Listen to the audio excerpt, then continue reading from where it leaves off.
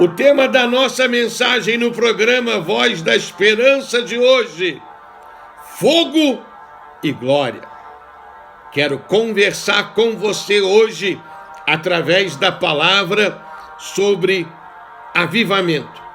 Em Levítico 6:13, a Bíblia diz que o fogo arde continuamente no altar. Esse fogo é a glória, é a unção, é o poder, é a virtude, é a manifestação do Espírito Santo. Como está lá em Atos 2, no versículo 2, de repente um vento impetuoso encheu toda a casa, labaredas de fogo.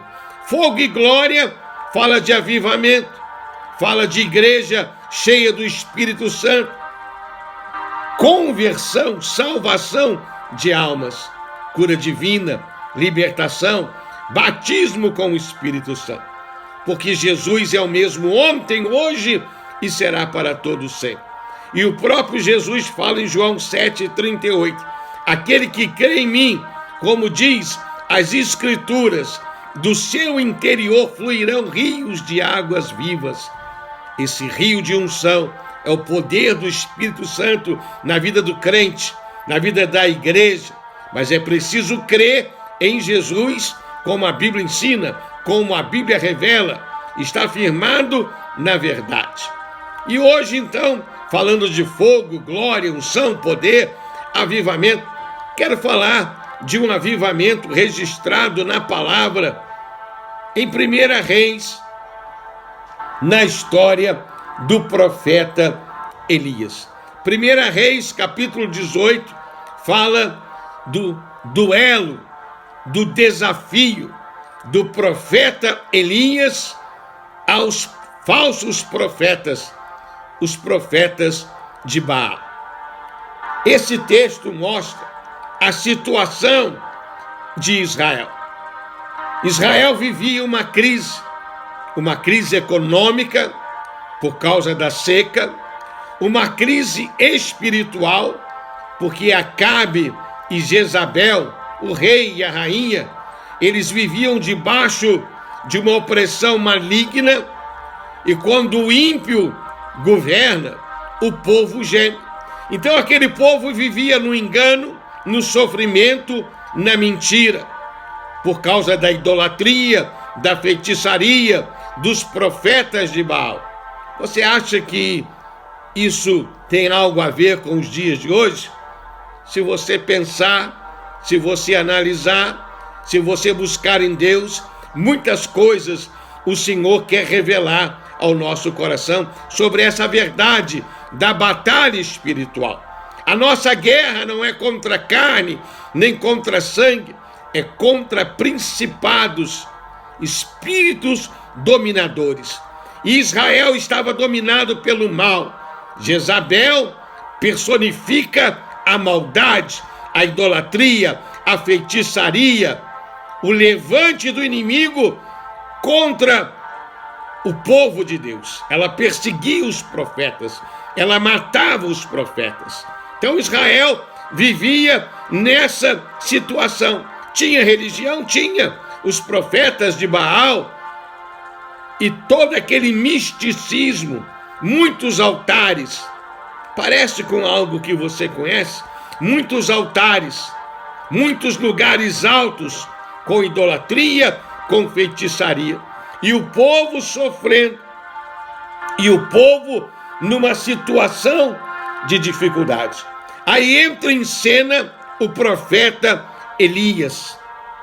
A Bíblia diz que nos últimos dias Deus levantaria uma companhia profética no espírito de Elias, uma voz profética, uma voz que condena o pecado, uma voz que vai levar o povo a entender que só o Senhor é Deus. E esse texto é muito conhecido, quando Elias desafia os profetas no Monte Carmelo, e durante toda a manhã e o princípio da tarde, os profetas de Baal estavam ali clamando ao falso Deus, e nada acontecia, porque os ídolos feitos pela mão do homem, tem olho, mas não vê, tem boca, mas não fala, tem mão, mas não toca. É uma religião vazia, sem o poder de Deus, sem milagres. Avivamento fala de um Deus poderoso que engole a mentira, traz a revelação da verdade debaixo de fogo e glória. Esse fogo que arde continuamente no altar, o altar do nosso coração. Rapidamente quero falar com você princípios do profeta Elias para o avivamento que se aplicam ainda hoje na vida da igreja, em nossas vidas. A primeira coisa é a unidade. Elias mandou o povo se reunir. Elias pediu ao povo para se ajuntar com ele. E ali todo o povo de Israel se uniu com o profeta Elias. Ó, quão bom e quão suave é que os irmãos vivam em união. É nesse lugar de unidade que Deus ordena a bênção e a vida para sempre. O óleo precioso é derramado, porque o inimigo trabalha na divisão, porque ele sabe que a casa dividida ficará deserta. Então a unidade é um dos pontos principais para que o avivamento aconteça. É o povo se reunindo com um só propósito, com uma só vontade, com uma só determinação de buscar a Deus, de clamar a Deus, de restaurar o altar de Deus. Elias fala com o povo que era preciso restaurar o altar. Por que que o altar precisa ser restaurado? Porque tudo aquilo que é abandonado, tudo aquilo que é deixado de lado, vai se desgastando com o tempo. O altar renovado fala do povo que está ali na presença do Senhor, acertando. Eles acertaram as 12 pedras, eles limparam o altar. A restauração fala sobre isso. O sacrifício, eles colocaram ali o sacrifício, e além do sacrifício, segundo a lei de Moisés, eles trouxeram e derramaram sobre o altar aquilo que era mais precioso no tempo da seca, a água. Por 3 vezes, eles encheram 4 jarras enormes e jogaram sobre o altar. Eles apresentaram a Deus não apenas um sacrifício comum, natural, normal, mas eles ofereceram aquilo que era o mais importante, aquilo que era primordial. Nós não devemos apresentar a Deus apenas o natural e o normal. Deve existir um esforço da nossa parte, dentro da nossa limitação humana, mas esse esforço é o esforço da fé, para apresentar no altar de Deus algo a mais, em oração, em clamor, em súplica, em ofertas. E assim o povo fez. E quando tudo estava restaurado, o povo na unidade da fé, o povo ali colocando o sacrifício no altar, Elias apresentou o seu clamor. O altar restaurado é o local ideal para o povo clamar em unidade.